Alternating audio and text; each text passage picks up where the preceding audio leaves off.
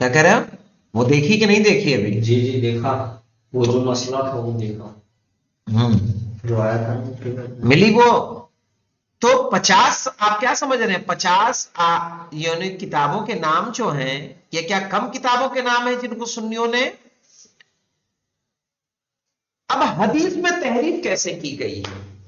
دیکھیں مولانا، کچھ لوگوں نے ایک حدیث رسول سے نقل کی ہے، اور نقل کرنے والا ایسا ہے کہ جس میں حدیث میں رد و بدل کرنے کا الزام ہے، کہ حدیث میں اپنے من سے کچھ بڑھا دیتا ہے، کچھ گھٹا دیتا ہے، کہ میرے بعد 12 خلیفہ ہوں گے، آخری خلیفہ جو ہوگا اس کا نام میرے نام پہ ہوگا. یہ تو ہم نے پڑھی تھی جی. اس میں ایڈ کر دیا کہ اور اس کے باپ کا نام میرے باپ کے نام پہ ہوگا. یہ جملہ بڑھا دیا اس میں.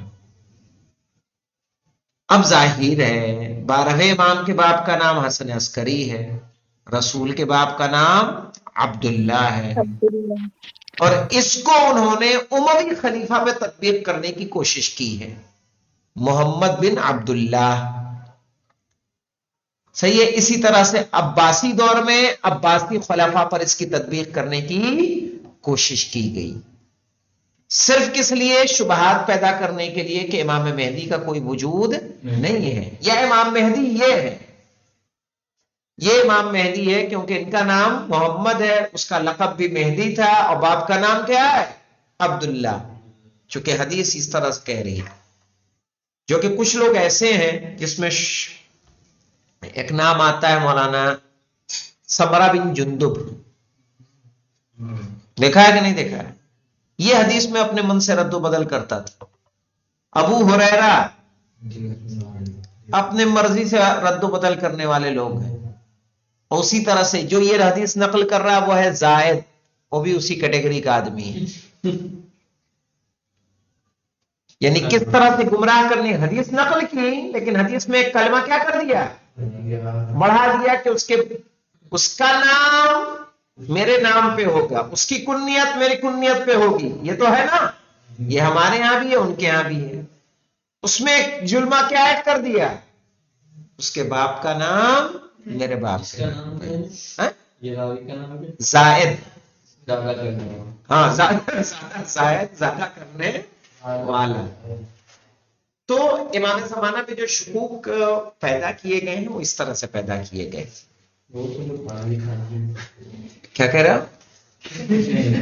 نہیں، آپ یہ دیکھیں احادیث، چونکہ میں نے یہ بتایا تھا ایک مرتبہ آپ لوگوں کو، احادیث پر پابندی عائد کی گئی، اور جب پابندی عائد کی گئی تو عائد کرنے کے بعد جب سالوں ایک عرصہ ہے وہ دیکھنا ہوگا، چونکہ اس پابندی عائد کرنے والے حضرت ابی بکر ہیں. آئے سمجھ میں؟ پابندی کو ختم کرنے والا اموی خلیفہ عمر ابن عبد العزیز، پڑھا ہوگا نا یہ.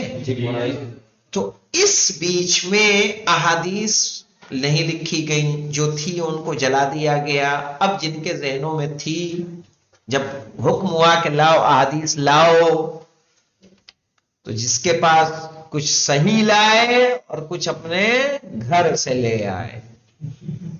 جو سمجھ میں آیا بھائی، کس کو کیا پتا ہے؟ وقار بھی آ گئے کہ جناب میں نے رسول خدا کو یہ کہتے ہوئے سنا تھا، اور انہوں نے اپنی حدیث سنا دی. وہ بھی آ گئے، وہ بھی تصدیق کرنے کے لیے کوئی ہے وہاں پہ کہ اس کی مطابقت کرے. ارے سن 36 ہجری کیا ہوتی ہے یار؟ سن 36 ہجری میں مولائے کائنات نے نماز پڑھائی ہے. جب آپ کیا بنے ہیں؟ خلیفہ بنے ہیں. تو ایک صحابی یہ کہتا ہے کہ میں نے آج ویسی نماز پڑھی جیسی رسول خدا کے پیچھے پڑھی تھی. یعنی اتنے بیچ میں کیا ہوا تھا؟ قبلہ تک بدل گیا تھا، نماز تک تبدیل ہو گئی تھی. سن 36 ہجری، رسول اس دنیا سے گئے ہیں 11 ہجری میں. جائے کہ اتنا عرصہ گزرنے کے بعد اگر تبدیلی واقع ہو جائے تو کیا کہہ سکتے ہیں؟ تو غیبت کبریٰ ہمارے لیے کیا ہے مولانا؟ امتحان کا دور ہے. اور امام مہدی عجل اللہ تعالی فرجہ الشریف کی، یعنی کوئی اس طرح کا کچھ اعتراض کرتے ہیں کہ اتنی لمبی عمر کیوں ہو سکتی ہے، اگر ہے تو غیبت میں کیوں؟ سامنے ہونا چاہیے. کوئی اگر جو شک پیدا کرتے ہیں کیسے کرتے ہیں تو پردے غیب میں کیوں ہے؟ صحیح ہے، سامنے ہونا چاہیے تھا. کیا اتنی لمبی عمر ہو سکتی ہے؟ یہ بھی ایک سوال ہے. 255 سے اگر جوڑیں گے تو کتنے ہو گئے؟ 1200 سے زیادہ ہو گئے نا. تو کیا اتنی لمبی کسی کی عمر ہو سکتی ہے؟ ظاہر ہے. ما سبق میں ہمارے پاس نہ جانے کتنی مثالیں موجود ہیں. جناب نوح کی مثال موجود ہے کہ جو کتنے سال رہے؟ 2500 سال. 2500 سال. امام زمانہ کو بھی کتنے ہوئے؟ آدھے بھی نہیں ہوئے. تو خدا جس کی چاہے عمر کیا کر سکتا ہے؟ بڑھا سکتا ہے. جناب عیسیٰ زندہ ہے کہ نہیں زندہ ہے؟ جناب خضر زندہ ہے یا نہیں زندہ ہے نا؟ تو یہ کیسے زندہ ہیں؟ یہ تو اور پرانے کے ہیں. جناب عیسیٰ آج کے ہیں، رسول سے پہلے کے ہیں. لیکن جب وہ زندہ ہو سکتے ہیں تو یہ کیوں نہیں زندہ ہو سکتے؟ کوئی کہے کہ جب آئیں گے تو 40 سال کی ایج میں آئیں گے. تو مجھے بتائیے کیا قرآن میں وہ واقعہ موجود نہیں ہے کہ 2 بھائی تھے کہ جو 50 سال اور کتنے سال کے تھے؟ 150 سال کے. صحیح نبی ہے وہ. ایک کو خدا نے وفات دی اور پھر کیا کیا؟ 100 سال کے بعد انہیں زندہ کیا. اور دونوں، ایک بوڑھا اور ایک جوان. تو یہ تو خدا کی قدرت ہے، جسے چاہے جس حالت میں رکھے. یہ اس کی قدرت ہے، اس کی عنایتیں جس پہ ہو جائیں.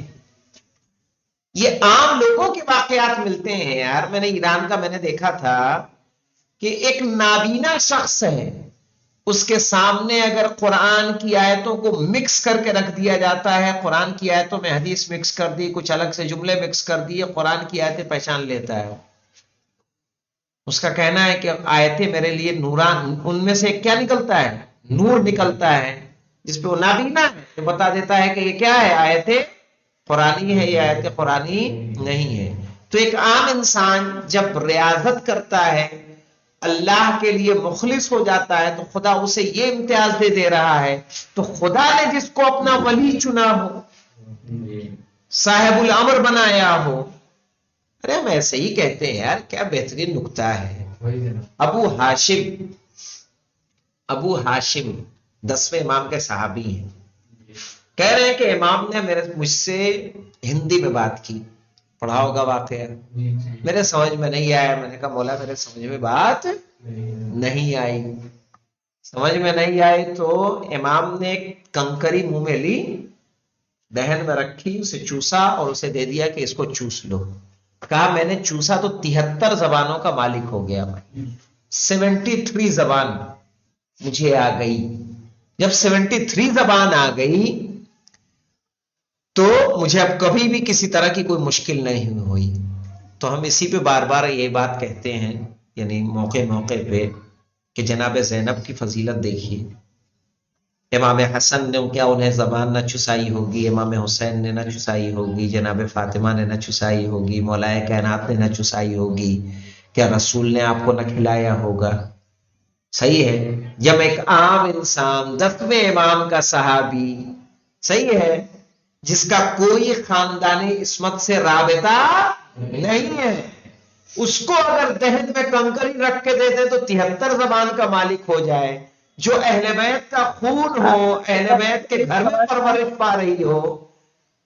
جی اگر ایک سوال تھا، اس کا صحابی کا نام آپ نے بتایا؟ ابو ہاشم. ابو ہاشم. اور ہاں، یہ 10ویں امام 10ویں امام سے. ظاہر ہے. تو جب جناب زینب ہیں، جناب عباس ہیں، صحیح، کس کے گھر کے پروردہ ہیں؟ جناب سکینہ ہے. تو جو دہن امامت کو چوس رہی ہو، جو دہن امامت میں کھیل رہی ہو، اس کا مقام و مرتبہ، ارے اس گھر کی کنیز اس گھر میں رہ کے قرآن میں باتیں کرے تو جناب زینب کا مرتبہ کیا ہوگا؟ جناب عباس کا مرتبہ کیا ہوگا؟ امام کے دور میں، ہاں کچھ لوگ امام زمانہ کے حوالے سے یہ بھی کہتے ہیں کہ شیعوں پہ جو مظالم ہوئے ہیں، شیعوں نے اپنی تسلی کے لیے مہدی کے عقیدے کو گڑھ لیا ہے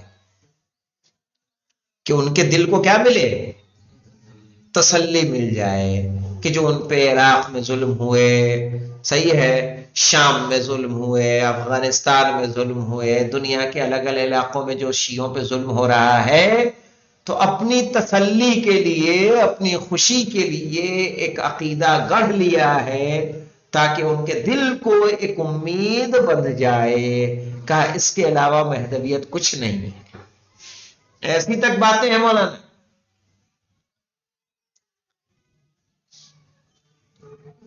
اور پھر دیکھیں، جب ہم نے ایک حدیث آپ کو بیان کی تھی کہ امام زمانہ کے دور میں کیا حکمتیں عطا کر دی جائیں گی، جب لوگوں کو حکمت عطا ہو تو مولا کا مرتبہ کیا ہوگا، ان کی عظمت کیا ہوگی، ہم اس کا اندازہ نہیں کر سکتے۔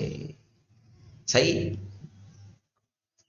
ایسے ہی ایک نقطہ میں نے بیان کیا تھا کبھی جناب ام البنین کے حوالے سے، ان کی فضیلت میں،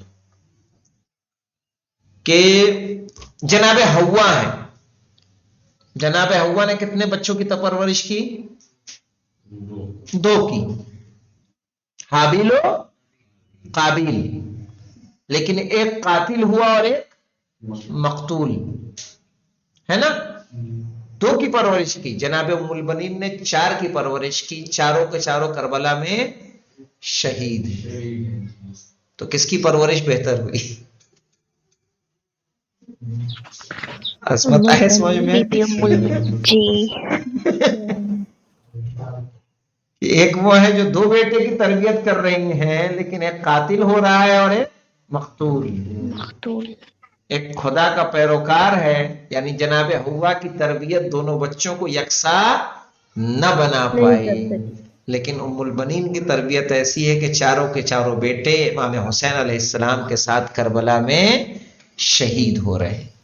تو یہ فرد، یہ خاندان ایسی ہے کہ جیسا ایثار، جیسی قربانی کہیں نظر نہیں آتی۔ ہم میں اور تم میں ایسے لوگ ہیں کہ یہ کبھی مجلس میں نے پڑھا تھا، جب آپ کے ساتھ میں نیکی کروں، نیکی کے بدلہ جب آپ برائی سے دیں، صحیح ہے، تو ایسے میں آپ سمجھ لیجئے کہ ممکن ہے ہم پلٹ کے تمہیں اپنی نیکی یاد دلا دیں۔ تمہیں یاد نہیں میں نے تمہارے ساتھ کیا کیا تھا؟ کیا میں اسی کا مستحق تھا؟ کرتے ہیں کہ نہیں کرتے ہیں؟ میں نے تمہارے ساتھ کیا کیا کیا اور تم نے مجھے کیا دیا؟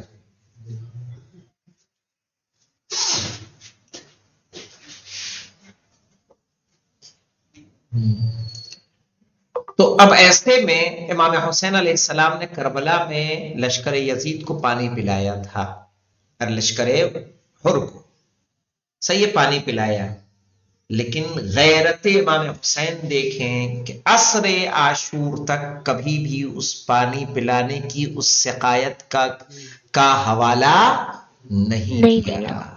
کبھی یہ نہیں کہا کہ میں نے تمہیں پانی پلایا تھا، تم مجھے پانی دے دو۔ پانی طلب کیا ہے، لیکن کبھی بھی اس طرح سے غیرت آپ نے نہیں دلائی ہے۔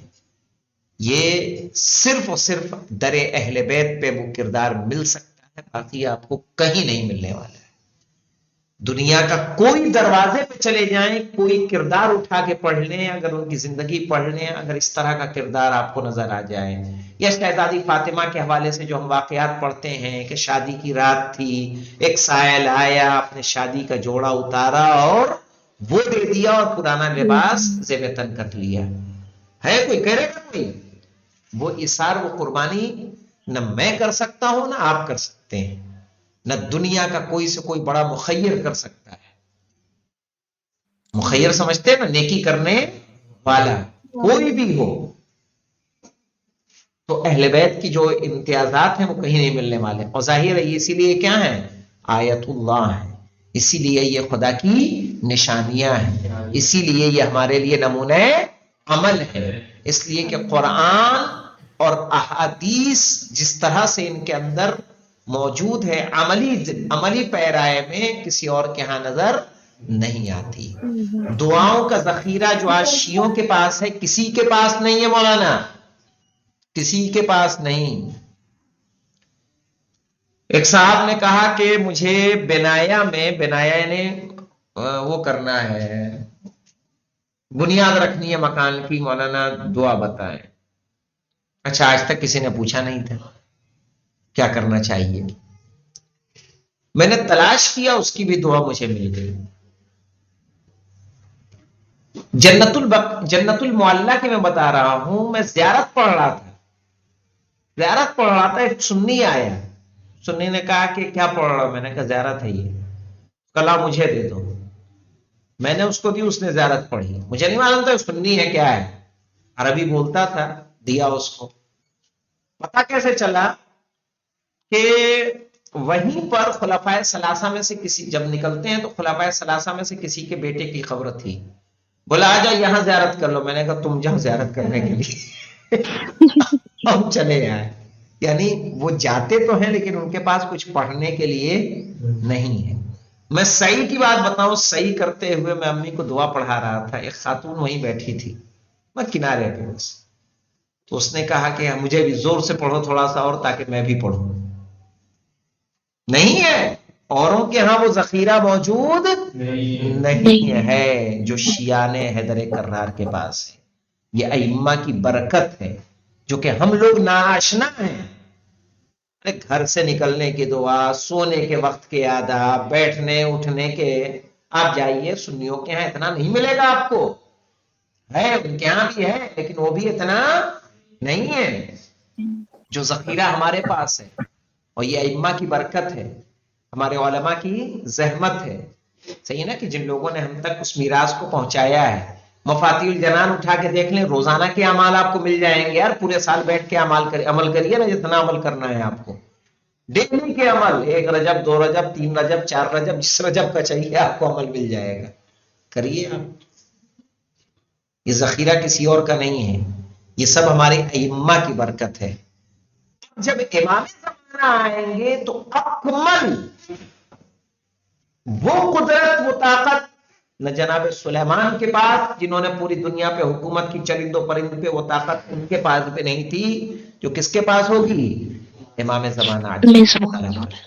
پوری دنیا امام زمانہ کے نام پہ جمع ہو جائے گی، پوری کائنات میں کوئی دوسرا دین نہیں ہوگا سوائے اسلام کے، ہر کوئی امام زمانہ کے لیے خاضع ہوگا، صحیح، ان کی وہ شان ہوگی، وہ روب و دبدبا ہوگا، ان کا مقابلہ کرنے کی ہمت کسی میں نہیں ہوگی، اللہ وہ قوت عطا کرے گا۔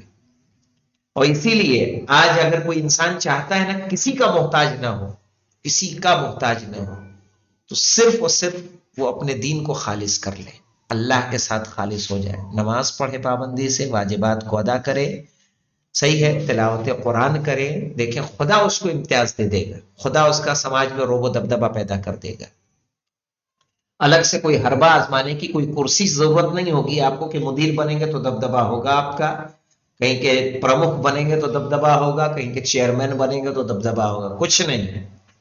آپ اپنے آپ کو خالص کر لیں گے، خدا بند عالم آپ کا ایک روح معاشرے کے اندر لوگوں کے بیچ پیدا کر دے گا، خدا آپ کو ایک الگ سے احترام عطا کر دے گا۔ صرف کیا ہونا ہے؟ خالص ہونا ہے۔ اور موبائل کے دور میں خالص ہونا بڑا مشکل کام ہے، یہ الگ مسئلہ ہے۔ تو ظاہر ہے چونکہ امام زمانہ جل اللہ تعالیٰ فرجہ شریف کے دور میں یہ دور آنے والا، جیسے میں نے حدیث بیان کیا آپ کو، کون سی؟ اکثر لوگ کیا ہو جائیں گے؟ مرتد ہو جائیں گے۔ تو اسی لیے یا اللہ یا رحمان یا رحیم یا مقلب القلوب ثبت قلبی علی دینک، والحمد للہ رب العالمین۔